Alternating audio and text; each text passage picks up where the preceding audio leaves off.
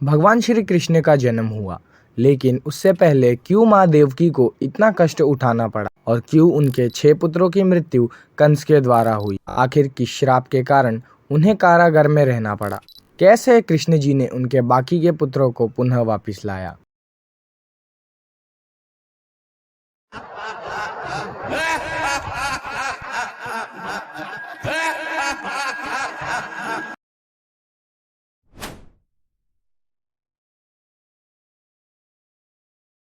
महर्षि मारीची और उड़ना देवी के 6 देवतुल्य पुत्र थे। एक दिन ब्रह्मा जी ने अपनी पुत्री सरस्वती को मनाने के लिए उनके पीछे भाग रहे थे। तभी ये दृश्य इन 6 पुत्रों ने देखा और हंसने लगे। दुर्भाग्य से ब्रह्मा जी ने इन्हें देख लिया और श्राप दिया कि तुम सब अगले जन्म में दैत्य के रूप में जन्म लोगे। इसी कारण अगले जन्म में वे कालनेमी के पुत्र और हिरण्यकश्यप के पोते के रूप में जन्म लिए।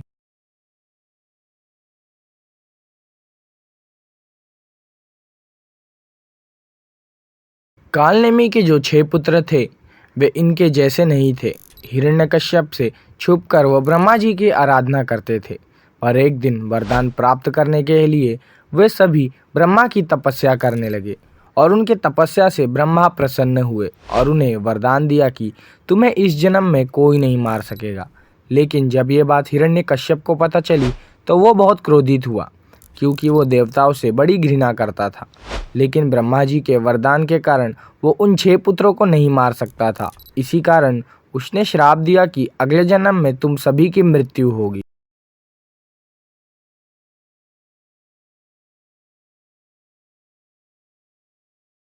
एक दिन ऋषि कश्यप किसी कारण वरुण देव से कामधेनु लेकर आए और उन्हें लौटाने से मना कर दिया, जिससे विवश होकर वे ब्रह्मा जी के पास गए और उनसे सभी बात कह दी और साथ ही कहा कि मैंने उन्हें श्राप दिया कि तुम धरती पर गाय चराने वाले के रूप में जन्म लोगे, और उनकी पत्नी अदिति को भी श्राप दिया कि उन्हें कारागार में डाल दिया जाएगा।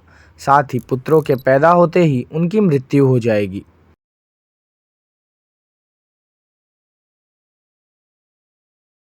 अदिति ने परम शक्तिशाली और देवताओं के देव इंद्रदेव को जन्म दिया। उसी समय दिति ने भी इंद्र के समान पराक्रम और शक्तिशाली पुत्र को मांगा। दिति के गर्भ में पुत्र उत्पन्न हुआ। इसी बात को लेकर अदिति परेशान थी और सोचने लगी, यदि मेरे पुत्र के समान इसका भी पुत्र हुआ तो मेरे पुत्र का उतना महत्व नहीं होगा। इसीलिए उन्होंने एक दिन इंद्रदेव को बुलाया और कहा, पुत्र, दिति के गर्भ में पल रहा पुत्र हमारा शत्रु है, क्योंकि यदि वो तुम्हारे जैसा बलशाली होगा तो तुम उसे नहीं मार पाओगे। इसीलिए कैसे भी अभी इसे मारना होगा। तुम जाओ और दिति के गर्भ को नष्ट कर दो।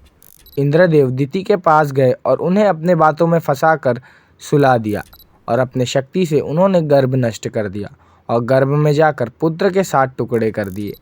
कुछ देर बाद दिति उठी तो उन्हें पता चल गया और क्रोधित होकर उन्होंने अदिति को श्राप दिया कि ऐसे ही तुम्हारे भी 6 पुत्रों की मृत्यु होगी।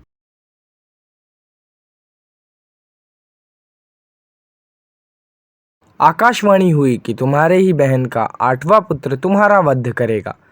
कंस ने माँ देवकी और वसुदेव को कारागार में डाल दिया। जब देवकी को पहला पुत्र हुआ, कंस को लगा कि मुझे 8वें पुत्र से खतरा है, तो पहले पुत्र को क्यों मारूं।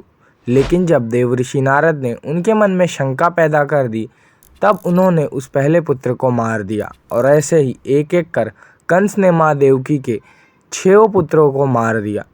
लेकिन एक समय ऐसा आया जब माँ देवकी ने कृष्ण जी से अनुरोध किया कि वे उनके 6 पुत्रों को वापस लाएं।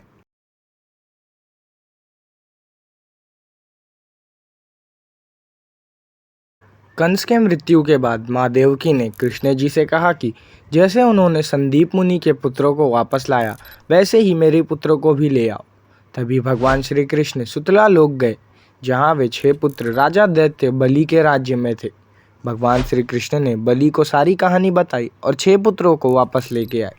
माँ देवकी उन्हें देखकर प्रसन्न हुई और कुछ समय बाद माया से भगवान कृष्ण ने उन्हें सुतला लोक छोड़ दिया।